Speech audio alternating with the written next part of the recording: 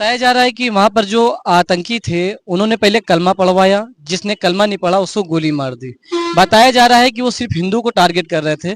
इसको आप कैसे देखते हैं? मैं जात पात पे नहीं जाता हूं, मैं कुर्बान हो सकता हूं देश के लिए। बस देश के दुश्मनों ने भारत की आत्मा पर हमला करने का दुस्साहस किया कि आतंकवाद अब अपनी अंतिम श्वास ले रहा है, क्योंकि आतंकवादियों का कोई धर्म नहीं होता।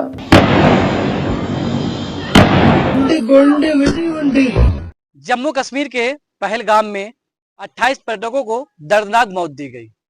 लोगों का कहना है कि पहले उनका धर्म पूछा गया, कलमा पढ़वाया गया, जिसने कलमा नहीं पढ़ा उसको गोली मार दी गई। उसी में एक मुसलमान भी शामिल था जिसकी दर्दनाक हत्या की गई। कानपुर का शुभम जिसकी शादी फरवरी में हुई थी, उसको भी आतंकियों ने गोली मारकर हत्या कर दी। भाजपा सरकार का कहना है कि इंडिया सुरक्षित हाथों में है। उसी कश्मीर में आतंकियों ने 28 पर्यटकों को दर्दनाक मौत दी। गोलियां बरसाई, चीख पुकार मच रही थी। कोई अपने पिता को आवाज दे रहा था, कोई अपने पति को आवाज दे रहा था। 28 पर्यटकों की मौत दर्दनाक थी। शुभम की शव जब कानपुर आया, यूपी के मुख्यमंत्री योगी आदित्यनाथ मौके पर आए, संवेदनाएं दी। ये दर्द भारत की 140 करोड़ जनसंख्या का है, क्योंकि आज उनकी बारी थी, कल अपनी बारी होगी। ये देश से आतंक कब खत्म होगा? अगर 370 था, जिस क्षेत्र में बताया जा रहा है गोलीबारी हुई, 28 पर्यटकों की मौत हुई, उस एरिया को कवर्ड एरिया बताया जा रहा है, क्योंकि उसके आसपास बंकर थे। ये वही कश्मीर है जहां 5 लाख सेना तैनात है। उसके बावजूद इतना बड़ा कांड हो जाता है। कई आतंकी देश में घुसते हैं और इंडियन को मारते हैं, कलमा पढ़वाते हैं। जो कलमा नहीं पढ़ता उसको मार देते हैं। इसमें क्या सच है? क्या नाम है आपका? लाला राम यादव। लाला राम जी, क्या है आप? मैं बांदा से 18 में रिटायर एसआई एपी से हुआ हूँ, पीटीआई भी हूँ। हम फिजिकल इंस्ट्रक्टर रहा हूँ, पुलिस महाविद्यालयों में इंस्ट्रक्टर रहा हूँ, और मैं प्रशिक्षण भी दे सकता हूँ। मैं अपने देश के लिए जान भी दे सकता हूँ। मगर जो ये हादसा हुआ है हमारे हाथीपुर के महाराजपुर थाना के, और शुभम द्विवेदी जो लड़का मारा गया है, 2 महीने बेचारे को शादी के हुए, और कई लोग भाई हमारे लड़के मारे गए। मैं देश के लिए कुर्बान हो सकता हूँ। आपको कब पता चला था और कितने लोग मारे गए हैं, इसमें क्या कहना चाहते हैं? ये मारे गए हैं गलत, जब मारे गए, ये अच्छी बातें नहीं है भाई ना। अगर बताया जा रहा है कि वहां पर जो आतंकी थे उन्होंने पहले कलमा पढ़वाया, जिसने कलमा नहीं पढ़ा उसको गोली मार दी। बताया जा रहा है कि वो सिर्फ हिंदू को टारगेट कर रहे थे। इसको आप कैसे देखते हैं? मैं जात पात पे नहीं जाता हूँ, मैं कुर्बान हो सकता हूँ देश के लिए। बस क्या लगता है आपको, ये क्या टारगेट किया गया किसी को? अब ये टारगेट, अब मैं तो कुछ जानता नहीं हूँ कि टारगेट हो क्या हुआ क्या ना हुआ, मगर देश में यदि आतंकवादी घुसेगा तो मैं जान दे दूंगा। और मैं जाना भी चाहता हूँ, माननीय प्रधानमंत्री से कह रहा हूँ कि मुझे देश में भेजा जाए। अब भी मैं तैयार हूँ। ये मैं असलाह टांगे हूँ।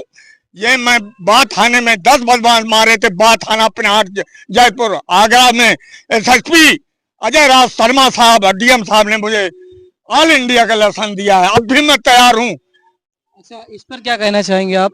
जैसे कि इतनी टाइम सोशल मीडिया पर लोग गंदगी फैला रहे हैं, लोग हिंदू मुसलमान कर रहे हैं, राजनीति रंग दे रहे हैं, इस पर क्या सोचते हैं आप? अरे जो ये गंदगी फैलाए हैं तो एक सलाह दें डीएम साहब, और चले मैदान में हमारे साथ, देखें हम कितनी बहादुर हैं। सब जितने राजनीति में गंदगी फैलाए हैं, मारे जा रहे हैं, चले ना वहां हमारे साथ चले सब जन।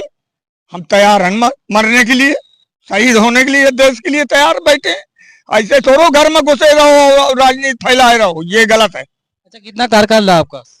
हमारा, अब मैं सन 77 में भर्ती हुआ पीएसी में, 2nd बटालियन गोरखपुर 26 बटालियन में रहा, गोरखनाथ बाबा की सेवा किया, और उन्हीं का आशीर्वाद है कि आज मैं सिक्योरिटी में मैं काम कर रहा हूँ। अच्छा, इस बीच कितने बदमाशों को आपने ढेर किया? मैंने 10 बदमाश मारे थे चम्बल घाट में जक्सा गैंग को, और उसमें हमको ऑल इंडिया लाइसेंस दिया है जरा शर्मा एसएसपी आगरा और डीएम साहब ने। क्या नाम है आपका पूरा? लाला राम यादव। जैसा कि रिटायर लाला राम यादव का कहना है कि जब वो सेवा में थे, उन्होंने भी अपनी सेवा में 10 बदमाशों को मार गिराया था। लेकिन अब उनका कहना है कि मतलब जब से ये हमला हुआ है, हमले के बाद से उनके दिल में गहरी चोट पहुंची है। उनका कहना है कि प्रधानमंत्री से उनको भी देश की सेवा के लिए भेजा जाए। जैसे कि 28 लोग मरे हैं, उनके लिए जान देने के लिए तैयार है। आइए और भी लोग खड़े हैं। क्या नाम दादा आपका? किरण जी, ये इतना बड़ा कांड हुआ है, इसमें आप क्या कैसे देखते हैं? में क्या है, अब उसको बर्बाद कर देना चाहिए। हमारे बेचारे जो है जितने घूमने गए थे, समझो, हमारे हिंदू को चुन चुन कर मारा गया। ये क्या है अपनी, समझो, आज मुसलमान बेबाक हो रहा है, और क्या कहें। और जो कानपुर के शुभम द्विवेदी की मौत हुई है, अरे बहुत दुखद घटना है। अभी 1 महीने पहले, 1.5 महीने पहले उसकी शादी हुई थी। उसकी मांग में सिंदूर कौन भरेगा? जैसे कि अपने गृह मंत्री हैं, 370 लग गई है।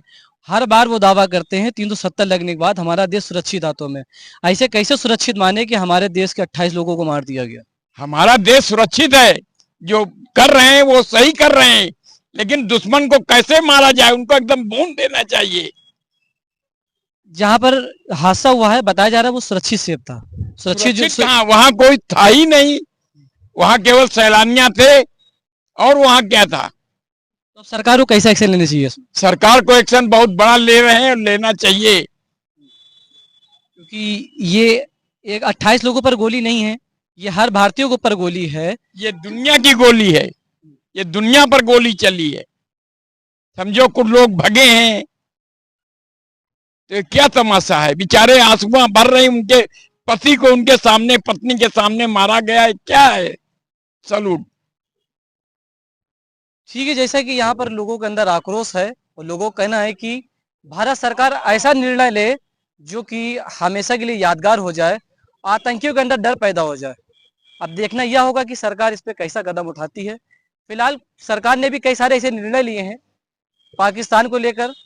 अब देखना यह होगा कि सरकार इस पर क्या कार्रवाई करती है। एक बात पता चलने के लिए नूरुल अली।